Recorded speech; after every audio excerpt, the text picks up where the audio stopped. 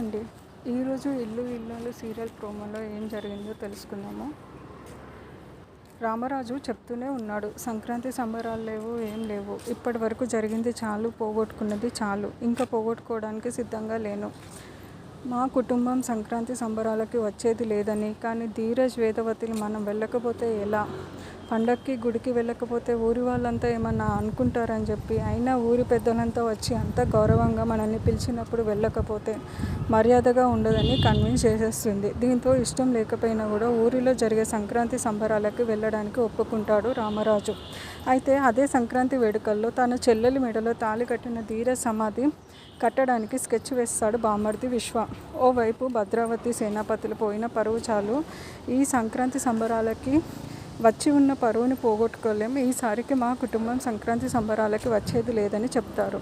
అయితే విశ్వ మాత్రము మనం వెళ్ళకపోతే ఆ రామరాజు గారు తల ఎగిరేస్తాడు.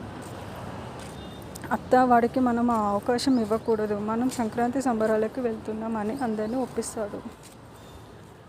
తర్వాత వచ్చేసి విశ్వ ఈ సంక్రాంతి సంబరాల్లోనే ధీరజ్కి స్పాట్ పెట్టాడు. వీడిని చంపేయండి అని కిరాయి రౌడీలకి సుఫారీ ఇచ్చాడు విశ్వ. ఆ ధీరజ్ గాడికి ఈరోజే చివరి రోజు కావాలి అంటూ పగతో రగిలిపోతున్నాడు విశ్వ.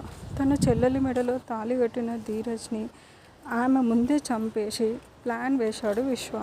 ఆ హత్యకు సంక్రాంతి వేడుకలని వేదికగా చేసుకున్నాడు. సంక్రాంతి సంబరాలు ముగిసేలోపు వాడి జీవితం కూడా ముగిసిపోవాలని ధీరజ్ జీవితానికి ముగింపు పలికే పథకం రచించాడు విశ్వ. ఇక ఈ రోజుతో ఈ ఎపిసోడ్ అయితే అయిపోయిందండి. నెక్స్ట్ ఎపిసోడ్ తోటి మళ్ళీ నేను మీ ముందుకు కలుస్తాను. ఒకవేళ మీరు సబ్స్క్రైబ్ చేసుకోకుండా, లైక్ చేయకుండా కూడా ఛానల్ అనేది ముందుకు వెళ్ళదండి. యూట్యూబ్ ఆల్గారిథం అది ఎలా ఉంటుంది అని అంటే, మీరు సబ్స్క్రైబ్ చేసుకొని లైక్ కొడితేనే వేరే వాళ్ళకి అనేది వీడియో చూపిస్తుంది. సో మీరు అందరూ సబ్స్క్రైబ్ చేసుకుంటారని కోరుకుంటున్నాను. Thank you.